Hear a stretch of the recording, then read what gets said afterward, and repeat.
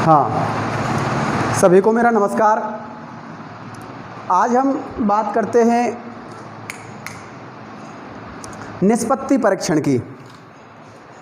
देखिए, मैंने आपको पहली क्लास में बताया था कि मूल्यांकन के साधन, जब मूल्यांकन के साधनों की हम बात करते हैं तो मूल्यांकन करने के बहुत सारे ऐसे साधन हैं जिनका हम अपने ऐसे शैक्षिक मूल्यांकन के अंतर्गत करते हैं। जैसा कि मैंने पिछली क्लास में आपको बताया था कि मूल्यांकन के जो साधनों में हम प्रयोग करते हैं, एक तो मनोवैज्ञानिक विधियां हैं, और मनोवैज्ञानिक विधियों के साथ में ही हम पढ़ते हैं कुछ छात्र निर्मित विधियां। छात्रों के द्वारा कुछ निर्मित विधियां हैं जिनका उपयोग हम करते हैं। कुछ अध्यापक द्वारा निर्मित विधियां थी। तो अब हम बात करते हैं इन विधियों में। तो निष्पत्ति परीक्षण एक विधि आई थी। निष्पत्ति परीक्षण को हम एक उपलब्धि परीक्षण भी कह सकते हैं। उपलब्धि परीक्षण यानी कि शिक्षा में जो भी छात्र को सिखाया गया है उसका एक मूल्यांकन जो किया जाता है वो निष्पत्ति परीक्षण के माध्यम से किया जाता है।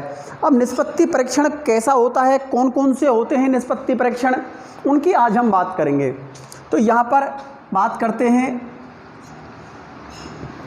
निष्पत्ति परीक्षण। निष्पत्ति परीक्षण, इसका दूसरा रूप है उपलब्धि परीक्षण। उपलब्धि परीक्षण, इसको दो भागों में बांटा गया है। निष्पत्ति परीक्षण को ध्यान से देखना, सोचना। यानी कि कुछ तो परिमाणात्मक विधियां हैं, यानी कि प्रकृति के आधार पर है। भाई, क्वेश्चनों की जो प्रकृति होती है या एक प्रश्न पूछने की जो प्रकृति होती है उसके आधार पर हम लोग ये निष्पत्ति परीक्षण की कुछ विधियां पढ़ रहे हैं। तो इसमें आता है नंबर पहला परिमाणात्मक विधियां। परिमाणात्मक परीक्षण, परिमाणात्मक परीक्षण। और दूसरा है हमारा गुणात्मक प्रविधियां, या विधियां भी कह सकते हैं, विधियां। और यहाँ है फिर गुणात्मक विधियां या प्रविधियां।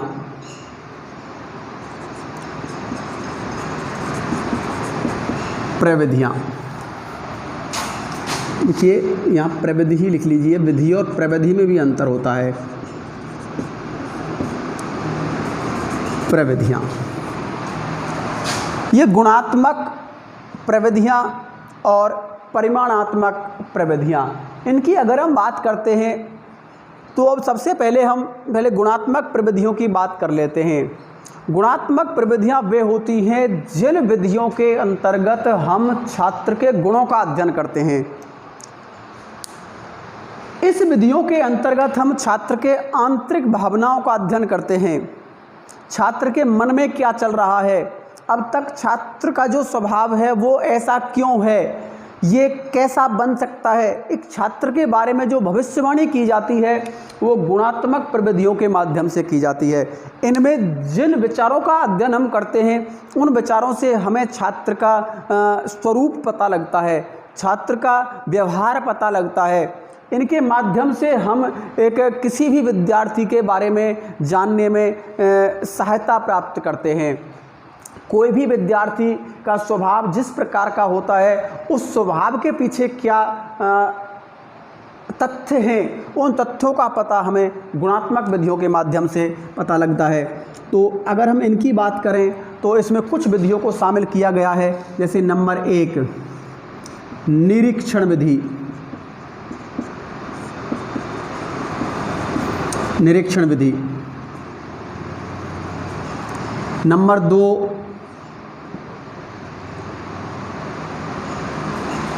अवलोकन विधि,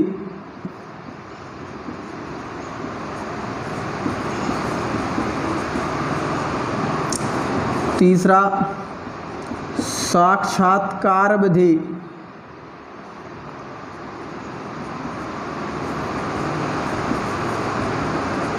साक्षात्कार विधि। नंबर 4 व्यक्तिगत अध्ययन विधि।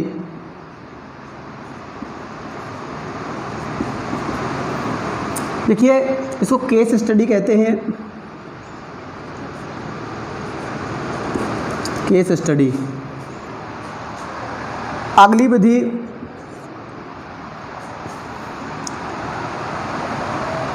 समाजमिति विधि।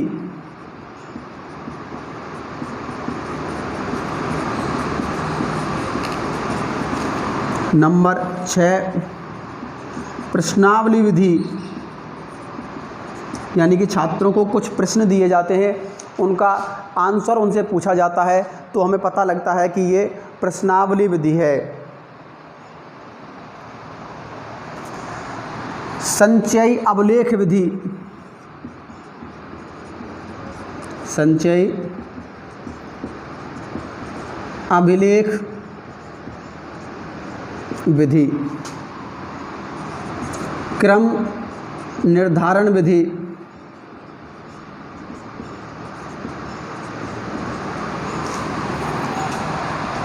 और अन्य मनोवैज्ञानिक विधियां।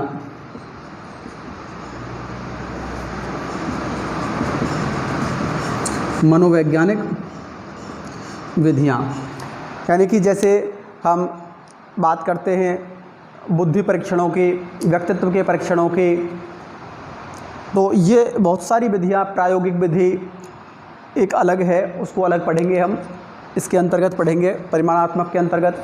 तो ये हमारी जो विधियां होती हैं ये एक गुणात्मक विधियां होती हैं जो हम मूल्यांकन के अंतर्गत इनको शामिल करते हैं। एक निष्पत्ति परीक्षण, एक छात्र के उपलब्धि परीक्षण में हम इनको शामिल करते हैं। अब बात करते हैं परिमाणात्मक विधियों की। तो परिमाणात्मक विधियां 3 प्रकार की होती हैं, 3 प्रकार की। नंबर 1 मौखिक, मौखिक विधि या मौखिक परीक्षण। नंबर 2 लिखित परीक्षण, और नंबर 3 प्रायोगिक परीक्षण।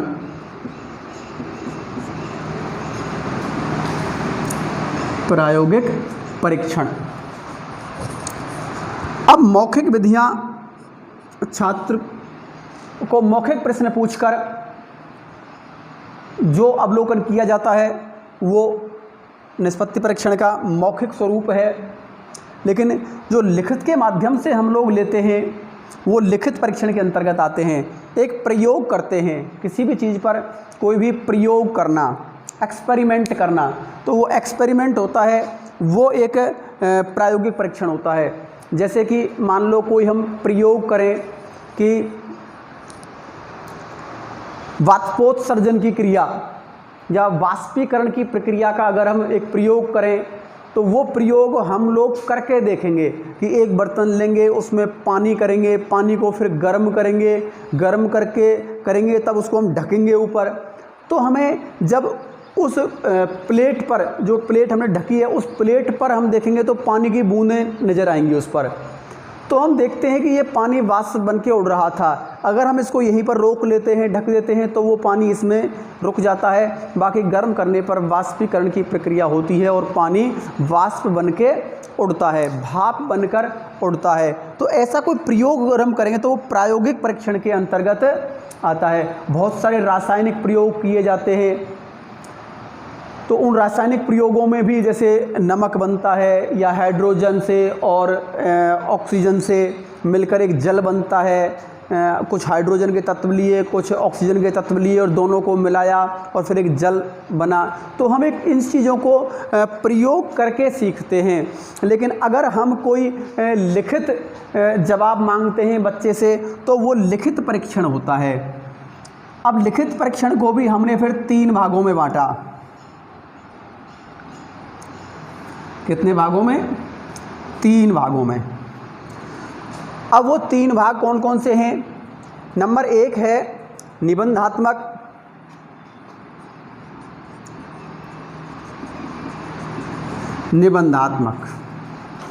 नंबर 2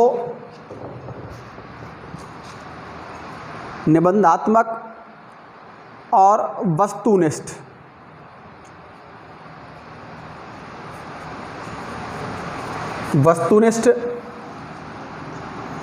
और तीसरा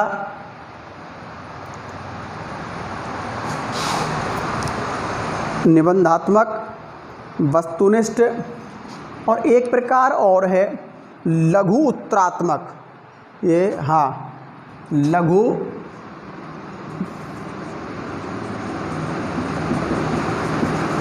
लघु उत्तरात्मक।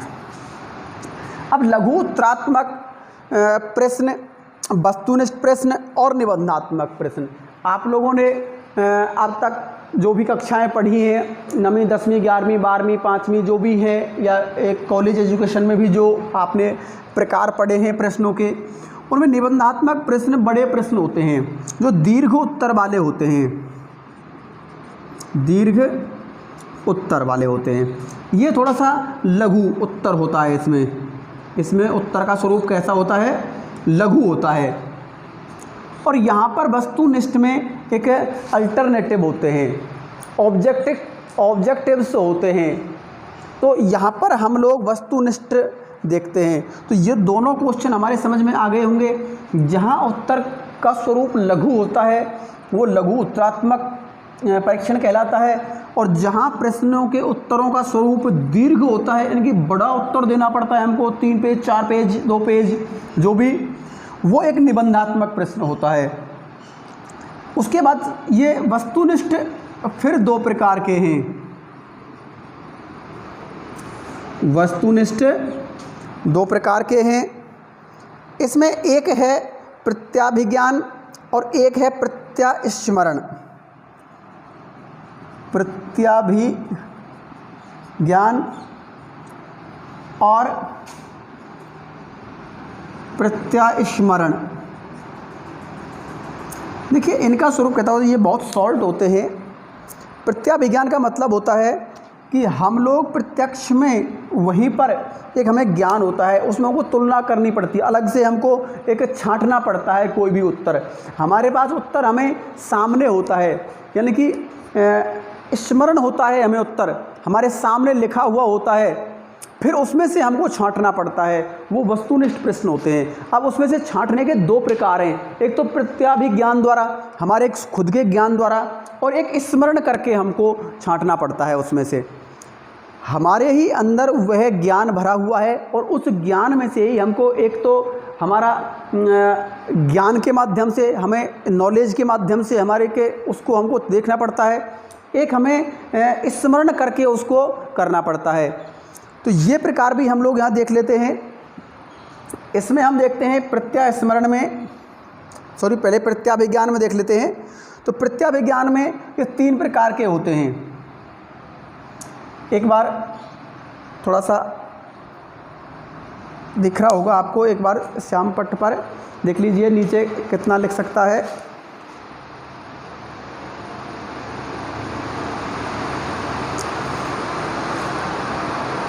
हाँ, थोड़ा सा यहाँ मिटाना पड़ेगा। इनको आप लोग एक स्क्रीनशॉट ले लीजिए, फिर प्रत्याभिज्ञान और प्रत्यास्मरण को बता देता हूँ मैं आपके लिए। हाँ, मिटा देता हूँ इनको। प्रत्याभिज्ञान और प्रत्यास्मरण। देखिए प्रत्याभिज्ञान में एक तो साधारण प्रत्याभिज्ञान होता है,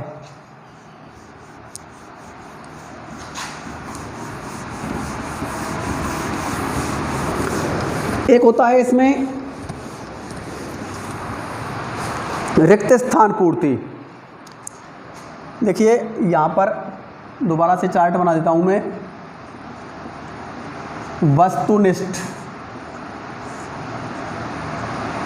परीक्षण। अब वस्तुनिष्ठ परीक्षण में प्रत्याभिज्ञान यानी नॉलेज लेवल, प्रत्याभिज्ञान, और एक प्रत्यास्मरण।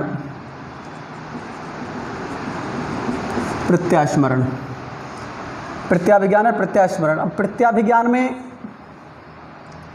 फिर ये तीन हैं। एक साधारण प्रत्याभिज्ञान,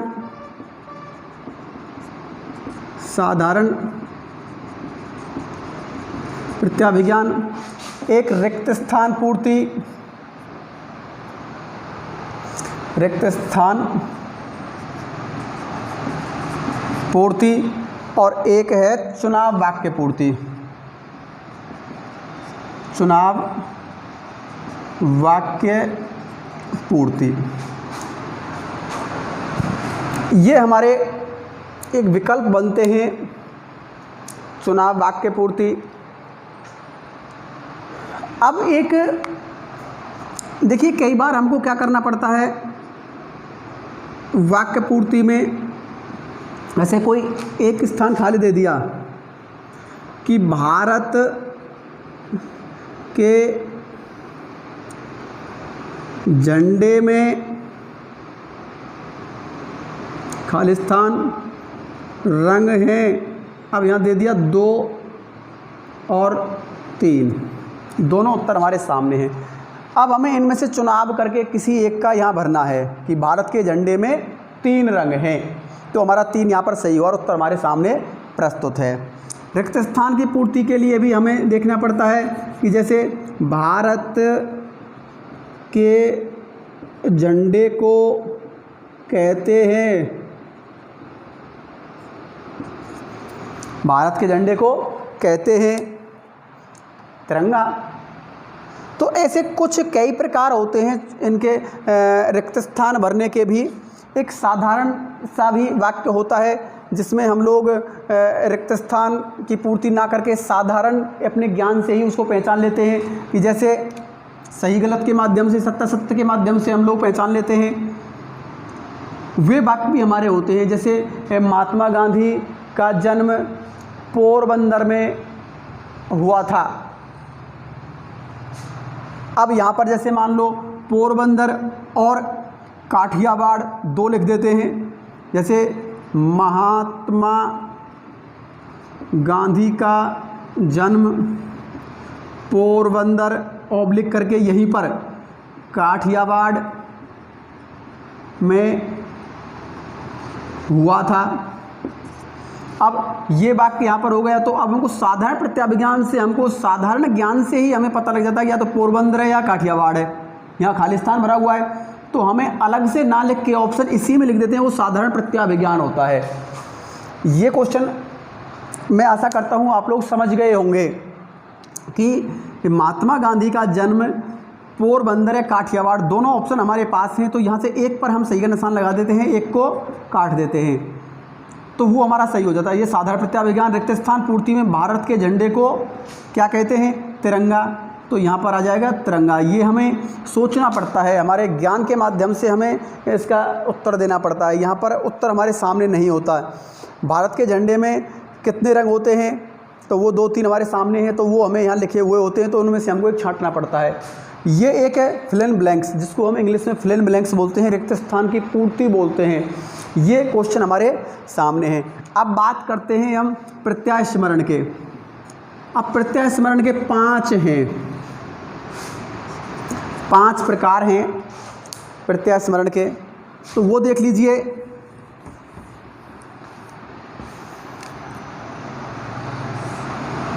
पांच वाक्य।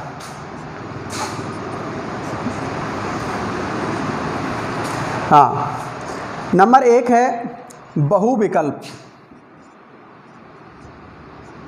बहुविकल्प विकल्प, यानी कि मल्टीपल चॉइस। बहु विकल्प होता है multiple choice type, multiple choice type questions, ये बहु। हाँ, तो देखिए अगला है एकांतर स्वरूप, यानी कि अल्टरनेटिव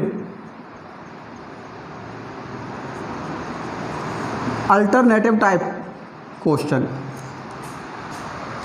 यानी कि मल्टीपल चॉइस जो होता है, बहु विकल्प होता है, उसमें तो बहुत सारे विकल्प होते हैं।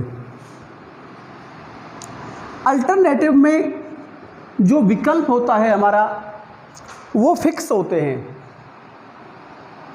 बहु विकल्प में तो बहुत सारे विकल्प हैं हमारे पास, उनमें से चुनना पड़ता है। अल्टरनेटिव में हमको नीचे दिया हुआ होता है आंसर, उसमें से हमको चूज करना पड़ता है, चॉइस करनी पड़ती है वहाँ पर हमको। तो यहाँ पर मल्टीपल, यानी बहुत सारे ऑब्जेक्ट्स हैं, यहाँ पर हमारे लिए नीचे आंसर लिखे हुए हैं, यानी कि फिक्स है कितने आंसर हैं, 4, 5, 2, 1, 3, जो भी हमारे एक अल्टरनेटिव है हमारे पास वो 4 ही हैं। भाई जैसे मान लो मैं एक क्वेश्चन बताता हूँ आपको, यहाँ पर एक क्वेश्चन लेता हूँ, जैसे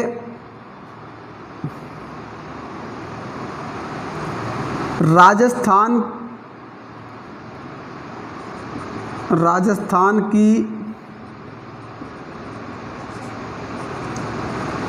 राजधानी है। अब राजस्थान की राजधानी में हमारे पास बहु विकल्प हैं, जैसे मान लो जयपुर, दूसरा जैसलमेर, जोधपुर और डी अलवर।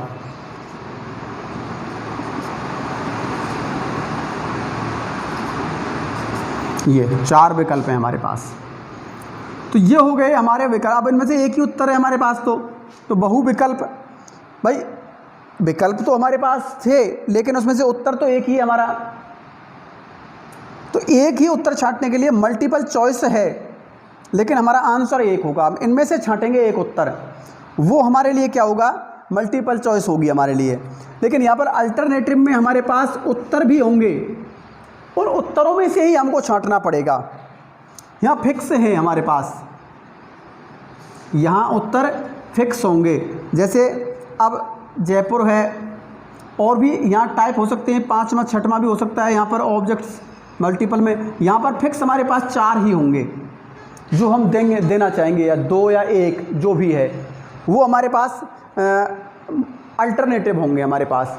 उसके बाद मिलान के क्वेश्चन आएंगे, मिलान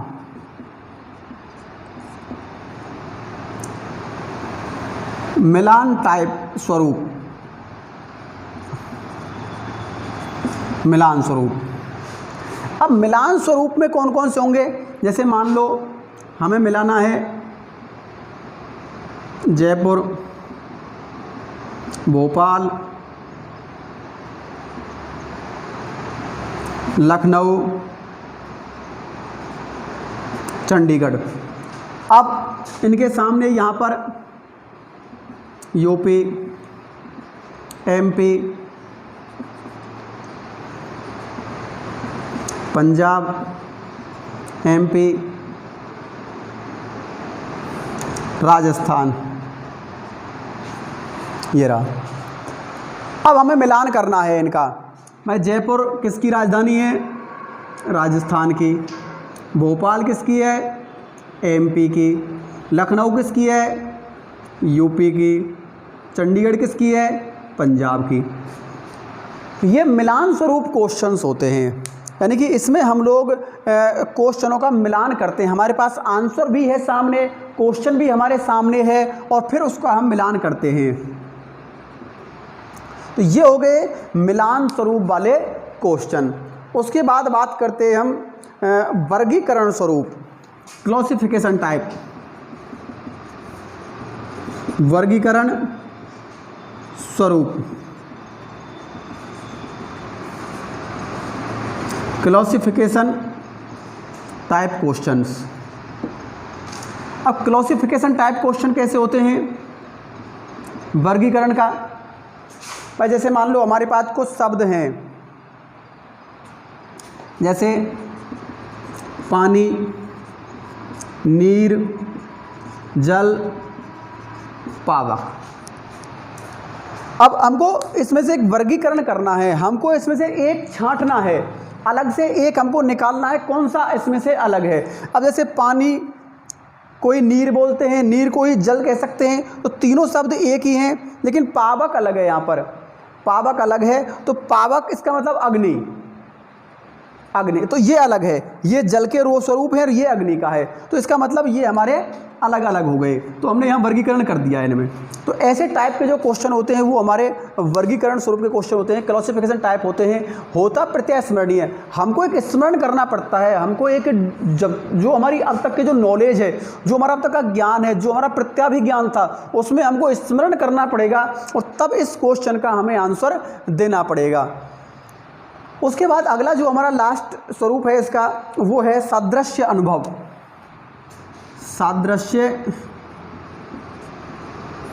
अनुभव ये होता है सत्य असत्य, ये होते हैं सत्य असत्य प्रकार के क्वेश्चन। अब सत्य असत्य प्रकार के क्वेश्चन, अब इसमें जैसे एक वाक्य आता है, इसमें पूरा सेंटेंस आता है कि भारत के प्रधानमंत्री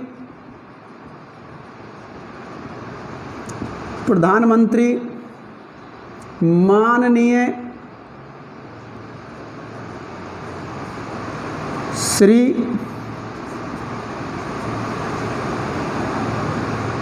रामनाथ कोविंद हैं। भारत के प्रधानमंत्री माननीय श्री रामनाथ कोविंद हैं। अब हमें देखना पड़ेगा कि ये वाक्य सत्य है या असत्य है।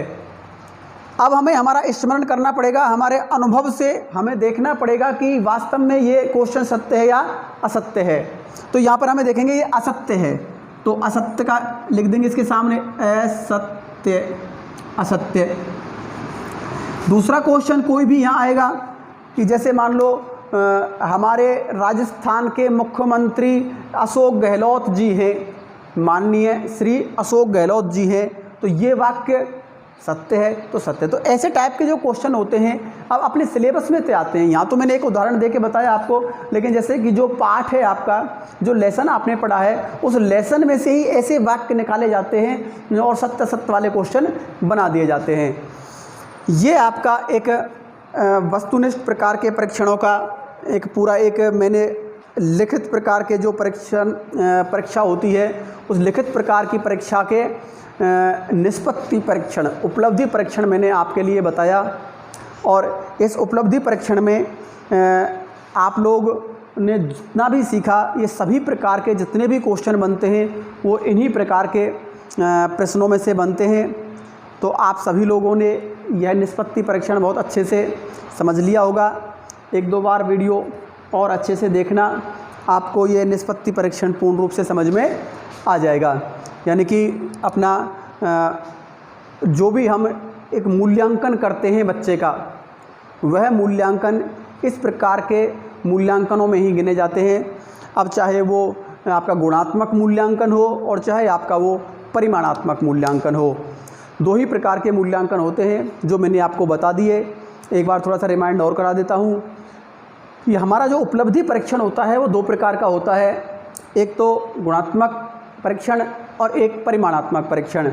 गुणात्मक परीक्षण में अपनी वे सारी विधियां आती हैं जिनसे बच्चे के गुणों का पता लगता है। बच्चा अब तक कैसा था, कैसा है, और ऐसा है तो ये किस लिए है, कौन से गुणों का बच्चे पर प्रभाव पड़ा जिससे ये बच्चा ऐसा निकला।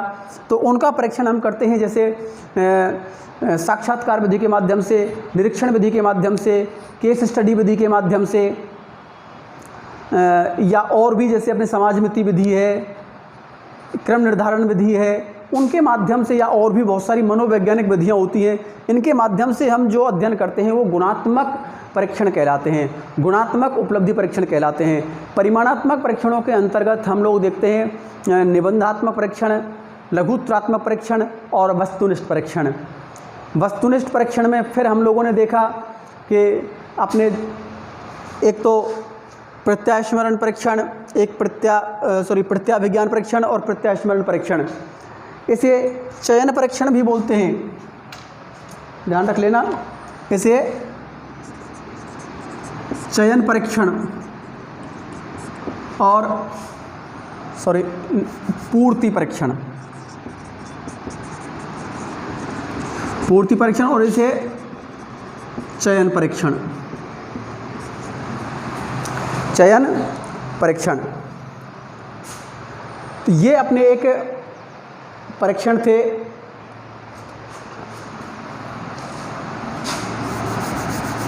ये चयन और ये पूर्ति, ये हाँ देखिए अब सही है बिल्कुल, चयन परीक्षण और पूर्ति परीक्षण, क्योंकि इसमें हमको चयन करना पड़ता है और इसमें हमको उनकी पूर्ति करनी पड़ती है। तो ये एक परीक्षण हमारे होते हैं आपके सामने, इनको आप लोग बहुत अच्छे से पढ़ना और सभी लोगों को बहुत बहुत धन्यवाद।